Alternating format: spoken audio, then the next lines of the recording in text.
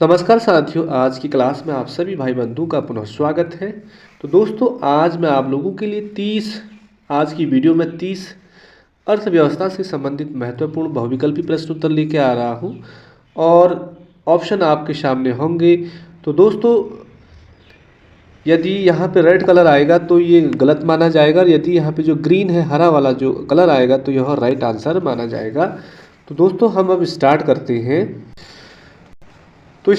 हैं। पहला लिखा है यहाँ पे, भारतीय अर्थव्यवस्था कैसी है। तो दोस्तों, भारतीय जो अर्थव्यवस्था है वो कैसी है, यहाँ पे ऑप्शन 4 है आपके सामने। तो भारत की जो अर्थव्यवस्था है वो मिश्रित अर्थव्यवस्था है, मिश्रित अर्थव्यवस्था। क्वेश्चन नंबर सेकंड पे चलते हैं। मिश्रित अर्थव्यवस्था से क्या अभिप्राय है। तो दोस्तों, इसका जो राइट आंसर होगा ऑप्शन नंबर बी हो जाएगा, सरकारी एवं निजी क्षेत्र का सह अस्तित्व इसका राइट आंसर है। क्वेश्चन नंबर थर्ड देखते हैं, आर्थिक विकास के दृष्टिकोण से भारत की गिनती होती है। तो भारत की गिनती होती है, ऑप्शन आपके सामने है, पिछड़े राष्ट्र के रूप में होती है, या विकसित राष्ट्र के रूप में होती है, या विकासशील राष्ट्र के रूप में होती है। तो इसका ऑप्शन ही थर्ड वाला राइट माना जाएगा। क्वेश्चन नंबर अगला 4, भारतीय अर्थव्यवस्था का कौन सा क्षेत्र सफल राष्ट्रीय उत्पाद में सबसे अधिक योगदान है। तो कौन से क्षेत्र का है, प्राथमिक, द्वितीय, तृतीयक या सार्वजनिक क्षेत्र। तो दोस्तों, भारत की अर्थव्यवस्था में जो सबसे ज़्यादा योगदान है वो तृतीयक क्षेत्र का है। क्वेश्चन नंबर 5 पे चलते हैं। बंद अर्थव्यवस्था या क्लोज इकोनॉमी वह अर्थव्यवस्था है जिसमें क्या होता है, बंद अर्थव्यवस्था में ना तो निर्यात होता है और ना ही आयात होता है। तो ऑप्शन लास्ट वाला इसका राइट है। क्वेश्चन नंबर 6 को देखते हैं। भारत में श्रम शक्ति का लगभग कितना भाग कृषि में लगा हुआ है, श्रम शक्ति का। तो दोस्तों, ऑप्शन देखते हैं हम यहाँ पे, जो लास्ट तीसरा वाला है, 54% श्रम शक्ति में कृषि में लगा हुआ भाग है भारत में। अगला क्वेश्चन है 7, भारत में अधिकतर बेरोजगारी है। भारत में जो अधिकतर बेरोजगारी है वो किस प्रकार की है। ऑप्शन के आधार पर देखें हम तो लास्ट वाला जो संरचनात्मक भारत में सबसे ज़्यादा बेरोजगारी है। क्वेश्चन नंबर 8 को देखें। भारत में बेरोजगारी के आंकड़े एकत्र एवं प्रकाशित करता है, तो कौन सा करता है। तो दोस्तों, ऑप्शन नंबर थर्ड है, NSSO। यह बेरोजगारी के आंकड़े इकट्ठा भी करता है और प्रकाशित भी करता है। क्वेश्चन नंबर 9 देखते हैं। भारत में बेरोजगारी की किस्म पाई जाती है। तो दोस्तों, भारत में बेरोजगारी की जो किस्म है पाई जाती है, ऑप्शन के आधार पर देखें तो इसका राइट है लास्ट वाला इनमें से सभी। तो यहाँ पे ग्रामीण अल्प रोजगार की जो बेरोजगारी है ये भी देखी जाती है, चक्रीय बेरोजगारी, संरचनात्मक बेरोजगारी। तो इनमें से सभी टाइप की जो बेरोजगारी है वो भारत में देखने को मिलती है। क्वेश्चन नंबर 10 देखते हैं। कृषि में मूलतः किस प्रकार की बेरोजगारी की प्रधानता देखी जाती है कृषि के क्षेत्र में। तो दोस्तों, ऑप्शन नंबर 10वां का देखेंगे तो हम थर्ड वाला है, अदृश्य बेरोजगारी। अदृश्य बेरोजगारी कृषि में मूलतः देखने को मिलती है। क्वेश्चन नंबर 11 पे चलते हैं। कृषि में बेरोजगारी का स्वरूप देखने को मिलता है। अब कृषि में जो बेरोजगारी का जो स्वरूप है देखने को मिलता है कितने तरह से, संरचनात्मक बेरोजगारी, मौसमी बेरोजगारी, घर्षणात्मक बेरोजगारी। तो दोस्तों, इसका ऑप्शन लास्ट होगा, इनमें से सभी प्रकार की जो बेरोजगारी है वह कृषि में देखने को मिलती है। क्वेश्चन नंबर 12, प्रच्छन्न बेरोजगारी का अर्थ है।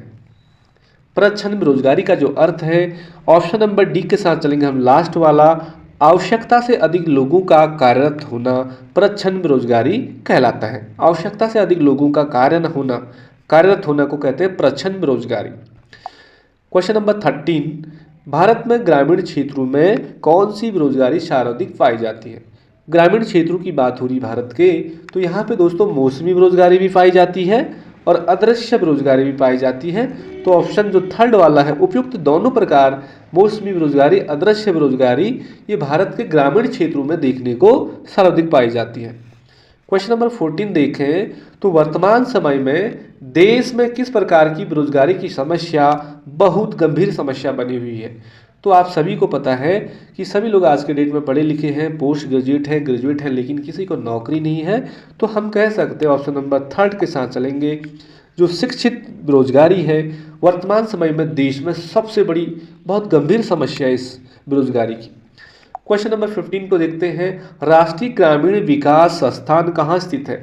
दोस्तों ये सारे क्वेश्चन बहुत ज़्यादा इंपॉर्टेंट हैं सभी परीक्षाओं के लिए, चाहे एलटी का पेपर हो, प्रवक्ता एग्जाम हो, स्क्रैनिंग परीक्षा हो, बैंक से रिलेटिव हो, एसएससी हो, आर्मी हो, ग्रुप सी की परीक्षाएं हो, ऑल स्टेट के लिए सारे क्वेश्चन बहुत ज़्यादा इंपॉर्टेंट है।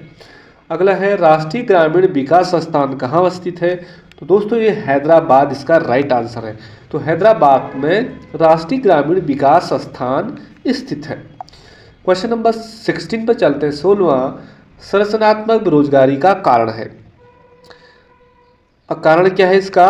तो इसका सीधे देखें हम ऑप्शन लास्ट, तो अपर्याप्त उत्पाद क्षमता। अपर्याप्त उत्पाद क्षमता होने के कारण संरचनात्मक बेरोजगारी दिन प्रतिदिन बढ़ रही है। क्वेश्चन नंबर 17 पे चलें तो वैश्वीकरण या ग्लोबलाइजेशन का अर्थ है वैश्वीकरण। ऑप्शन सटीक देखें हम तो ऑप्शन नंबर 3 है घरेलू अर्थव्यवस्था का वैश्विक अर्थव्यवस्था के साथ एकीकरण करना, उसी को कहते हैं वैश्वीकरण।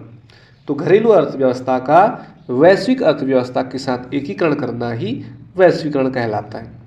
अगला क्वेश्चन चलते दोस्तों 18 पे कि नीति आयोग गरीबी रेखा का निर्धारण पोषण आवश्यकताओं के आधार पर निर्धारित करता है।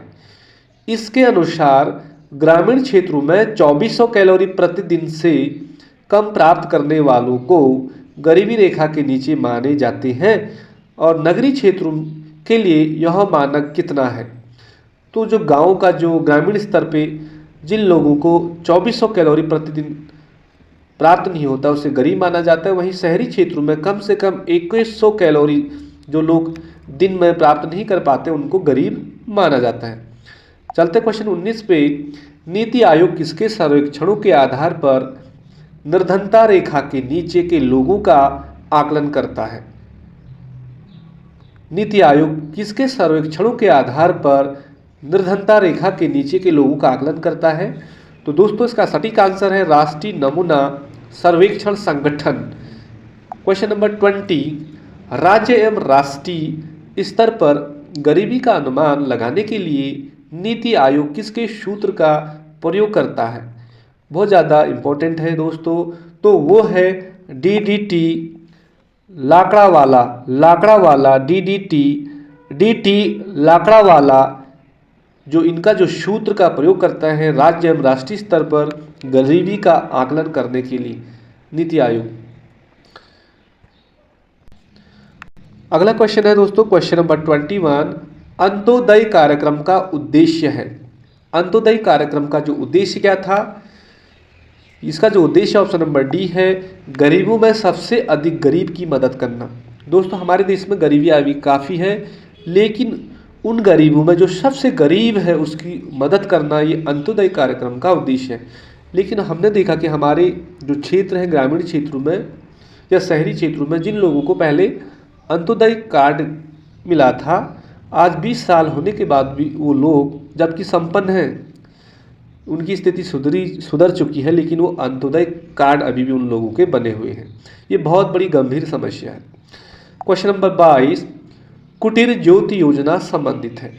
कुटीर ज्योति योजना संबंधित है तो दोस्तों इसका सटीक आंसर है 3rd वाला ग्रामीण क्षेत्रों में गरीबी रेखा से नीचे जीवन वापस करने वाले परिवारों को यापन करने वाले हो गए परिवारों को विद्युत सुविधा उपलब्ध कराने से। कुटीर ज्योति है लाइट से संबंधित है। जो ग्रामीण क्षेत्रों में जो गरीबी रेखा से नीचे जीवन यापन कर रहे हैं उन परिवारों को विद्युत सुविधा उपलब्ध कराना है, यह है कुटीर योजना, उससे संबंधित है। क्वेश्चन नंबर 23 गरीबी रेखा के नीचे जनसंख्या का न्यूनतम प्रतिशत अंकित है। गरीब तो सभी जगह है, लेकिन सबसे कम जो गरीब लोग हैं वो गोवा राज्य में है। गोवा राज्य इसका राइट आंसर हो जाएगा। किस राज्य को अत्यधिक कुपोषण के कारण भारत का इथोपिया कहा जाता है? बिहार है, मध्य प्रदेश है, झारखंड है, उड़ीसा है। 4 राज्य हैं दोस्तों जहाँ पे बहुत ज़्यादा गरीबी है और अत्यधिक कुपोषण के कारण वहाँ पे अभी भी लोग शिकार हैं। तो और भारत का उसे इथोपिया कहा जाता है, उस राज्य को कौन सा राज्य है? इसका सटीक आंसर है ऑप्शन नंबर जो 2 वाला देखेंगे हम, मध्य प्रदेश। मध्य प्रदेश राज्य को इथोपिया भी कहा जाता है।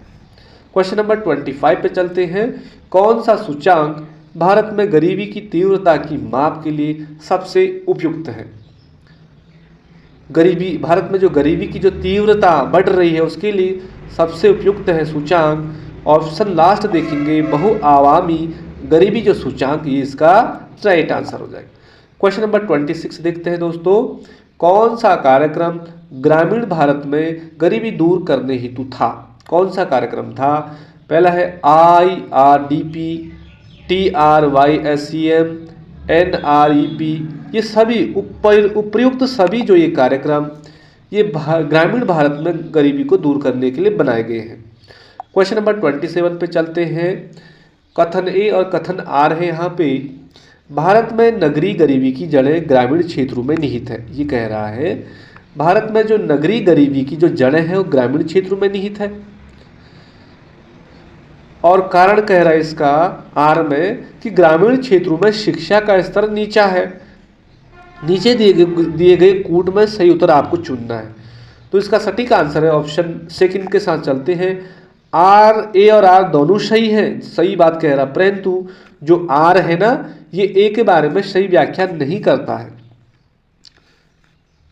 बढ़ते क्वेश्चन 28 पे। वर्ल्ड डेवलपमेंट रिपोर्ट किसका वार्षिक प्रकाशन है? वर्ल्ड डेवलपमेंट रिपोर्ट किसका वार्षिक प्रकाशन है? तो ऑप्शन फर्स्ट है IBRD। वर्ल्ड डेवलपमेंट रिपोर्ट इसी का वार्षिक प्रकाशन है। क्वेश्चन नंबर 29 पे चलते दोस्तों। मानव विकास सूचांक ह्यूमन डेवलपमेंट इंडेक्स HDI किस अर्थशास्त्री की देन है? जिसने ये बनाया दोस्तों ऑप्शन देखिए, एडम स्मिथ है, अमर्त्य सेन है, कीन्स है, महबूब उल हक है। ये सारे अर्थशास्त्री थे विद्वान। लेकिन मानव विकास सूचांक HDI किसकी देन है? ये ऑप्शन लास्ट के साथ चलते हैं, महबूब उल हक ने दिया था। आज का आखिरी क्वेश्चन है इस वीडियो का, 30वां क्वेश्चन। निम्न में से कौन सा मानव विकास सूचांक का हिस्सा नहीं है? तो इनमें से कौन सा नहीं है मानव विकास सूचांक का हिस्सा नहीं है? कह रहा है कौन? स्वास्थ्य एवं पोषण ये मानव विकास सूचांक का हिस्सा है। प्रति व्यक्ति आय ये भी सही है। जन्म के समय जीवन प्रत्याशा ये भी सही है। बल लास्ट वाला जो है सकल नाम निवेश दर, ये इसका राइट आंसर, ये मानव विकास सूचांक का हिस्सा नहीं है। तो दोस्तों भारत की अर्थव्यवस्था से संबंधित ये 30 बहुविकल्पी प्रश्न आपको बहुत अच्छे लगे होंगे। 31 से लेकर जो अगली वीडियो आएगी, जब भी इस अर्थव्यवस्था से रिलेटेड जो वीडियो बनेगी उसमें आपको देखने को मिलेंगे। यदि आपको ये क्वेश्चन बहुत अच्छे लगे तो दोस्तों प्लीज़ एक लाइक, कमेंट जरूर करें। मिलते हैं किसी अगले क्लास में, तब तक के लिए बाय बाय, जय हिंद।